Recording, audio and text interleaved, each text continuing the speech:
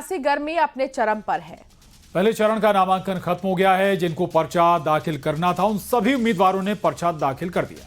वहीं महागठबंधन में सीट बंटवारे पर सस्पेंस अब तक खत्म नहीं हुआ है। इसी बीच मुख्यमंत्री नीतीश कुमार और गृह मंत्री अमित शाह ने मुलाकात की तो चर्चा तेज हो गई। इधर एनडीए ने आज से अपने तूफानी प्रचार अभियान की शुरुआत कर दी है। एक तरफ महागठबंधन में उथल पुथल भी जारी है तो दूसरी ओर एनडीए पूरी रफ्तार में मैदान में उतर चुका है।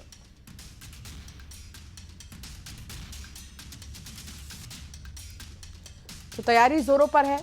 बिहार चुनाव की तैयारियां को लेकर जो है जगह जगह पर बड़े बड़े पोस्टर बैनर जो है राजनीतिक दलों ने लगा दिए हैं। इस बीच एक पोस्टर हम आपको दिखा भी रहे हैं, नीतीश कुमार जिसमें नजर आ रहे हैं, प्रधानमंत्री नरेंद्र मोदी नजर आ रहे हैं, मंच पर अमित शाह नजर आए। तो ये तैयारी है। एनडीए का तूफानी प्रचार अभियान चल रहा है। अलग अलग शहरों का, अलग अलग जिलों का प्रभार जो है अलग अलग नेताओं को दिया गया है। कई ऐसे नेता हैं जो कि मध्य प्रदेश से भी पहुंचे हुए हैं, बिहार, और हाल ही में मुख्यमंत्री ने भी प्रचार प्रसार किया था बिहार में जाकर। तो अभी प्रचार अभियान जोरों पर है।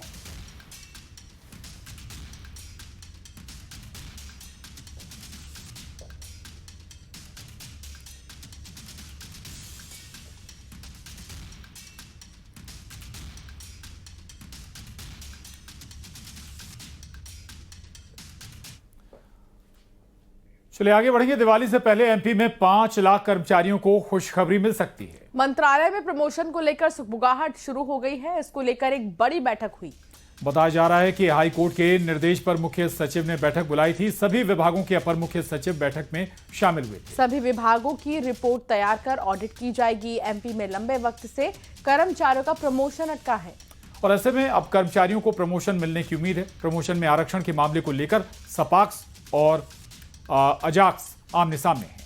सपाक्स स्थापक संयोजक केएस तोमर का कहना है कि कोर्ट ने साफ कर दिया है कि अंतरिम राहत नहीं, सीधे फैसला आएगा। बिना डेटा के प्रमोशन के नए नियम बना दिए गए। उधर अजाक्स प्रदेश महासचिव गौतम पाटिल का दावा है कि 2025 में पदोन्नति के नए नियम अजाक्स के हित में नहीं थे। नए नियम एसटी एससी के हित में नहीं थे, फिर भी कर्मचारियों के लिए हमने समर्थन किया। जो प्री रिक्विजिट जो होनी चाहिए, हमारे द्वारा बार बार हमेशा जब भी मीटिंग हुई वरिष्ठ अधिकारियों से तो हमारे द्वारा जो कहा गया वो कोई भी बात कभी मानी नहीं गई। सबसे पहली बात ये कि आपके पास डाटा होना चाहिए कि वास्तव में आपको जरूरत है भी आरक्षण देने की कि नहीं है। उसके अनुसार हमारा अनुसूचित जाति जनजाति वर्ग का हित नहीं था। उसके हमारा क्योंकि हजारों पोस्ट का बैकलॉग उसमें चला भी गया, इसके बावजूद भी हमने सभी अधिकारी कर्मचारियों के हितों का ध्यान रखते हुए, अपने हितों को दूर रखते हुए उस नियम को मान्य किया कि चलो सभी का लाभ होना चाहिए। तो प्रमोशन में आरक्षण मामले पर सियासी घमासान जो है देखने को मिल रहा है। पूर्व मंत्री पीसी शर्मा ने कहा कि सिर्फ मंत्रालय में बैठक चलती रहेगी, बैठक में निर्णय कुछ नहीं होता। उधर बीजेपी का दावा है कि सरकार इस मुद्दे को लेकर कितनी संवेदनशील है, इसका अंदाजा इसी बात से लगाया जा सकता है कि खुद सीएस बैठक ले रहे हैं।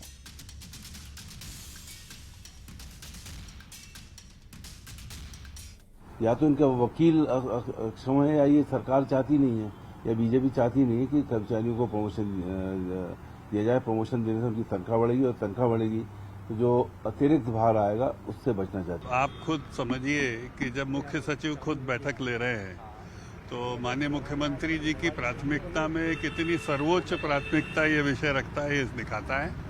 और मानकर चलिए जिस प्रकार से डीए का, महंगाई भत्ते का, इस सब का जो भेंट है हमारे कर्मचारियों को लगातार मिलती आई और इस दीपावली पर भी मिली है। कर्नाटक सरकार ने आरएसएस की गतिविधियों पर रोक लगाने के लिए नियम बनाने का फैसला किया। इन गतिविधियों में सड़कों पर मार्च करना और सार्वजनिक और सरकारी स्थानों पर कार्यक्रमों का आयोजन करना शामिल है। इस फैसले पर एमपी में सियासत गर्मा गई है। कांग्रेस ने कर्नाटक सरकार के फैसले को सही बताया। कांग्रेस का दावा है कि परिस्थितियों को देखते हुए यह फैसला लिया गया है। उधर बीजेपी ने कांग्रेस पर बड़ा हमला बोला।